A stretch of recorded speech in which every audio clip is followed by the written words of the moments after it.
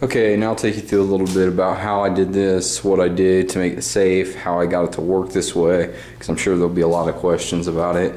The first thing that you notice, it is standing upright.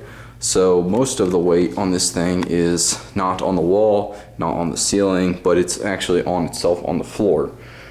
To do this, to make it easier to move, to actually rock upwards, I made little shoes for it, and as you can see, these little shoes on here are curved, and they're curved that way so when it flips upward, it's not like it doesn't slam or anything. It kind of rolls, has a smooth, slow rolling motion. Same with over here. And those pieces are just fence posts. They are, I think they're 3.5 by 3.5, something like that. About 12, 13 inches long. It really depends on your trailer, on how the rear end of your trailer is, because all trailers are going to be different. As you can see, I just bolted it there to the two little pieces here, and it sticks out further than the end of the trailer. They actually get in the way of the light, so I have to unbolt them. But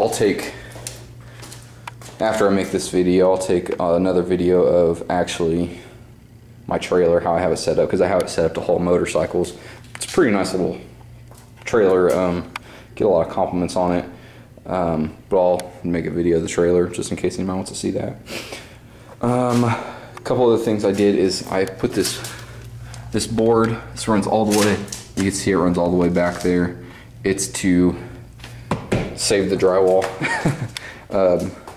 Because one of those little feet ran right into the drywall and put a nice little dent in there. Didn't do any major damage on the other side or anything like that. Just cracked this drywall, so I put that board up there.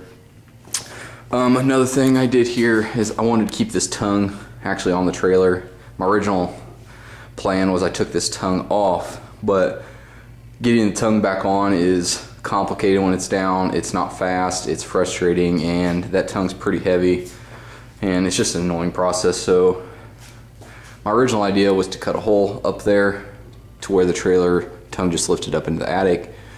Actually, this truss got in the way, so that wasn't a good idea, and I didn't really want to put a hole in my garage ceiling. My wife didn't want me to do that either, but figured out a different way to do that. If you just see here, I have the main bolt here I ran through with a safety nut here, and it, as you saw in the video, it can swing, you know, up, down, as long as it's in there. I use this pin to secure the other portion. When I get it down far enough to where the tongue can actually go in, I'll put the pin in through that way, or the opposite way. Put a little safety pin through that, and it holds it real good. What I have up there to secure it up on the ceiling is I'm just using the safety chains that actually were on the trailer, and I just ran an eye bolt right through the drywall through the 2x4 up there, and I put a nut on the other end. I did not use like a lag bolt style. I ran actually through and put a nut on there. I actually have two nuts, one on there to tighten it, the other one to keep the other nut from actually loosening, which I don't think that would ever happen, but I kind of go overboard on the safety stuff, which I guess isn't a bad thing. To put this up here, I have two pulleys on either end. Those just go through some hooks that are on the trailer. Then I have a safety chain here that I connect after I have it up. And if you look, both of these, let me remove some of that tension. If you look, there's really not a whole lot of tension on there, nor on there. That's the safety one. That's the one that pulls the trailer up. Because most of the weight, like I said, is on itself, just standing upright. I've never had a problem to where it ever fell or ever was acting like it was going to fall. This board right here, I have it ran all the way down. It's I forget what size it is. 1x6. But anyways, I have that ran all the way down, or a 2x6. That's what it is. I have that ran all the way down into 5 of the studs in the wall with lag bolts right into the studs, so it's pretty secure in there. Then I have the same setup on the other side with the pulley and the lag bolt, the eye lag bolt that goes in there for the safety hook. These, I have when the pulleys go up, the wire goes up into the attic. There's other pulleys up there. I'll get up in the attic and show you. I have that set up. But this thing, I did that just to kind of keep the wires from rubbing up against my drywall and causing more damage up there. Not like my drywall is anything beautiful. I'm gonna paint one of these probably this summer or something. But what that is actually, if you ever seen on a sink a soap dispenser or anything like that, to where the soap, it's just a hole cover for like a sink. That's what it is. You can get these for a couple bucks at Menards or something.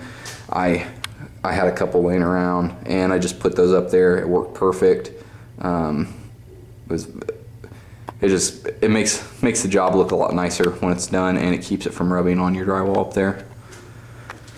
Some other things that I've done, I have the switch here on the wall out of the way of the trailer, just in case it ever fell. I'm not afraid that's going to happen, but just in case, you never know. I actually cut the wire in half on the hoist, because to the hoist, from the hoist to the switch, I think it was a couple feet, maybe 6 feet long, and the hoist is actually, probably 15 feet away from that thing. So I cut it, I spliced in the wire and then just wired it up on the wall to where I could have access to it right there, so I can have it out of the way. And that's pretty much how that works. To get it back, the motion started to where it's moving back, I made these little things, these little stoppers. I just put these behind the tires, and once you stick these behind the tires and start moving your trailer back like this, once it's behind the tire, it'll lock and it'll start flipping it up that way. And once it gets to a certain point of the trailer flipping up, it lands on the shoes, like I said, which those things flip up onto the boards right there and make it a lot easier transition. I'll make a little video of how that actually works, because it doesn't flip up perfectly without using all of these pieces in a specific way. Because if you just flipped it up, it could like slam into your wall, and your wife probably wouldn't be happy about that. So I will make a video about that. I'll make a video about the trailer, and then I'll get up in the attic and take some more pictures and show you kind of how I had everything set up.